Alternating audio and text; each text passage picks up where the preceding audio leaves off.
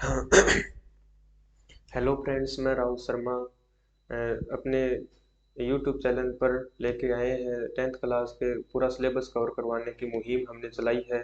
जैसा कि आप निखिल सर से पहले ही बातें जान चुके हो कि हम पूरे 10th क्लास का सिलेबस रिकवर करवाएंगे, उसी के क्रम में मैं कक्षा 10 का विज्ञान का सिलेबस कवर करवाऊंगा। ठीक है। ओके, अपने विज्ञान सिलेबस में हम बात करें तो हमारी क्लास है 10वीं की विज्ञान है, उसमें 3 पोर्शन लगते हैं। पहला पोर्शन है जो केमिस्ट्री का है, ठीक है, और दूसरा पोर्शन बायोलॉजी का है, और तीसरा अपने फिजिक्स का लगता है। और लास्ट में बायोलॉजी का ही एक पार्ट और होता है, एक यूनिट और होती है इकोलॉजी, उसके भी चैप्टर दिए हुए हैं। अब इस में सबसे पहले हम आज क्लास 10वीं के चैप्टर नंबर फर्स्ट का रीड करें। चैप्टर नंबर फर्स्ट रीड करेंगे, जिसका नाम है रासायनिक अभिक्रिया एवं समीकरण। ठीक है। इस चैप्टर में हम सबसे पहले क्लास 9th की बातें थी, वो जो भी प्रतीक, जैसे तत्वों के प्रतीक लिखना, उनके संकेत, अभिकारक, अभिक्रिया, ये बातें हम समझेंगे। अभिक्रियाओं को कैसे संतुलित करते हैं, इस चैप्टर में हम ये समझेंगे। लास्ट में हम विकृत गंधिता है, संक्षारण है, उन कैसे होता है वो, और उनके उपाय, उनको धातुओं से बचाने के लिए उनके क्या क्या उपाय करते हैं, उन सभी के बारे में हम डिटेल से समझेंगे। चलो अब हम स्टार्ट करते हैं रासायनिक समीकरण। अब चैप्टर का नाम ही रासायनिक अभिक्रिया समीकरण है, तो सबसे पहले हम समीकरण समझ लेते हैं। समीकरण क्या होता है? किसी रासायनिक अभिक्रिया को अभिकारकों एवं उत्पादों के प्रतीक व रासायनिक सूत्रों का उपयोग करके प्रदर्शित करना रासायनिक समीकरण कहलाता है। इसमें दो शब्द बेहद ही इंपॉर्टेंट है, ये मिस प्रिंट हुआ है यहाँ। अभी अधिकारों की जगह अभिकारक होगा, अभिकारक शब्द लिख लेना बच्चों नोट्स में। किसी रासायनिक अभिक्रिया को अभिकारक एवं उत्पादों के प्रतीकों, प्रतीक शब्द जैसे हम हाइड्रोजन है, हाइड्रोजन को एच से लिखते हैं, हाइड्रोजन को एच से लिखते हैं, तो यह इसका प्रतीक चिन्ह है, प्रतीक। ऐसे ही हीलियम, हीलियम को एच से प्रदर्शित करते हैं प्रतीक के रूप में। और रासायनिक सूत्र, जैसे हमें रासायनिक सूत्र हम 9th क्लास में सीख चुके हैं। रासायनिक सूत्र जैसे sodium chloride, NaCl, sodium chloride. तो ये रासायनिक सूत्र है जो सोडियम और क्लोरीन के मिलने से बना है। इन सूत्रों का उपयोग करके हम इन सूत्रों का उपयोग करके हम सूत्रों का प्रयोग करके प्रदर्शित करना रासायनिक समीकरण कहलाता है।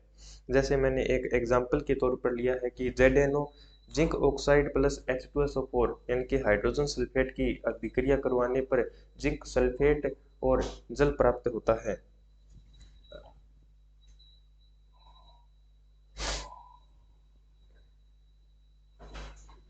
आइए, अभिकारक, रिएक्टेंट, रिएक्टेंट जब अभिक्रिया हो रही होती है तो जब अभिक्रिया हो रही होती है तो निश्चित ही उसमें कुछ ना कुछ ऐसे पदार्थ डाले जाते हैं जो अभिक्रिया करके उत्पाद में बदलते हैं, जिन्हें हम प्रोडक्ट कहते हैं। उत्पाद यानी प्रोडक्ट, प्रोडक्ट में बदल जाते हैं। अभिकारक, रिएक्टेंट ऐसे ऐसे पदार्थ जो रासायनिक अभिक्रिया में भाग लेते हैं, अभिकारक कहलाते हैं। जो ऐसे पदार्थ जो रासायनिक अभिक्रिया में भाग लेते हैं और जो प्रक्रिया करके उत्पाद में बदल जाते हैं, अभिकारक कहलाते हैं। जैसे इस इस अभिक्रिया में बताना चाहूँ तो जिंक और H2SO4, आप जिंक और H2SO4 अभिकारक हैं, रिएक्टेंट। ये दोनों अभिक्रिया करके अभिकारक,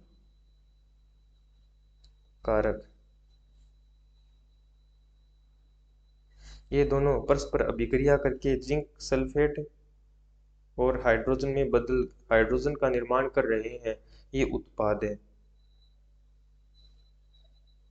उत्पाद। Okay, done. उत्पाद, प्रोडक्ट, प्रोडक्ट जब किसी रासायनिक अभिक्रिया के परिणाम स्वरूप जो पदार्थ बनते हैं, लास्ट में जो हमें रिजल्ट प्राप्त होता है, जो पदार्थ प्राप्त होता है, उसे ही हम उत्पाद कहते हैं, प्रोडक्ट कहते हैं। ऐसे पदार्थ जो रासायनिक अभिक्रिया के संपूर्ण होने पर प्राप्त होते हैं, उत्पाद कहलाते हैं। जैसे जिंक और हाइड्रोजन सल्फेट ने अभिक्रिया करके जिंक सल्फेट और हाइड्रोजन बना लिया, इसे हम उत्पाद कहते हैं। हम पूरी बात डिटेल से आगे समझेंगे। अभी तो हम बता रहे हैं कि अभिक्रिया में भाग लेने वाले कारक कौन कौन से कौन कौन से कारक होते हैं। दो कारक होते हैं, एक तो पहला होता है अभिकारक। अभिकारक वे होते हैं जो रासायनिक अभिक्रिया में भाग लेते हैं तथा रासायनिक अभिक्रिया के परिणाम स्वरूप उत्पाद में बदल जाते हैं। ओके। और उत्पाद क्या होते हैं? उत्पाद होते हैं अभिकारक क्रिया करके अभिक्रिया के अंत में जो पदार्थ बनते हैं या अभिकारक क्रिया करते हैं तथा अभिक्रिया के बाद में जो हमें पदार्थ प्राप्त होता है उसे उत्पाद कहते हैं। इनके रासायनिक अभिक्रिया के संपूर्ण होने के पश्चात प्राप्त होते हैं। ठीक है जी, उत्पाद कहलाते हैं। रासायनिक परिवर्तन परिवर्तन परिवर्तन का अर्थ समझिएगा। रासायनिक परिवर्तन और भौतिक परिवर्तन। परिवर्तन हमारी पहली ही बुक की पहले ही पेज पर दिया हुआ परिवर्तन। ऐसे परिवर्तन जिनमें नए पदार्थों या यौगिकों का निर्माण होता है। ऐसे परिवर्तन जिनमें नए पदार्थ एवं यौगिकों का निर्माण होता है रासायनिक परिवर्तन कहलाते हैं। उदाहरण, जल का विद्युत अपघटन करने पर जल अपने अवयवी घटकों में टूट जाता है या विभक्त हो जाता है। जैसे जल किन किन दो घटकों से बना होता है? जल हाइड्रोजन और ऑक्सीजन से मिलकर बना होता है। जब हम जल में विद्युत धारा का प्रवाह करते हैं ना, तो जब हम जल में विद्युत धारा का प्रवाह करते हैं तो जल अपने अवयवी घटक हाइड्रोजन तथा ऑक्सीजन में विभक्त हो जाता है। और भौतिक परिवर्तन ऐसे परिवर्तन जिनमें वस्तुओं के गुणों में अल्प समय के लिए परिवर्तन हो जाता है।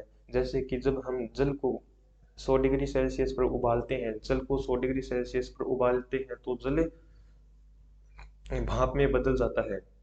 और यदि हम जल को फ्रिज में रख दें कुछ 0 डिग्री सेल्सियस पर तो वो जल बर्फ में बन जाता है। जल की अवस्था में परिवर्तन होता है। तो भौतिक परिवर्तन वे परिवर्तन होते हैं जिनमें वस्तुओं के गुणों में अल्प परिवर्तन हो जाता है या कोई नया पदार्थ नहीं बनता, भौतिक परिवर्तन कहलाते हैं। जैसे जल में परिवर्तन, लोहे का चुंबकित होना। जैसे हम लोहे का चुंबकित होना, ये एग्जाम्पल हमारे फिजिक्स में दिया हुआ है, लोहे का चुंबकित होना। ओके, आज के लिए इतना ही। कमेंट करें, शेयर करें, लाइक करें, सब्सक्राइब करें। ओके, जो नहीं समझ में आया है कमेंट में ज़रूर पूछें, पूरा डिटेल से सिलेबस को कवर करेंगे। आज के लिए इतना ही। Good night. आप जिस टाइम जोन से देख रहे हैं, हमारे यहाँ अब शाम होने जा रही है, इसलिए गुड नाइट। ओके।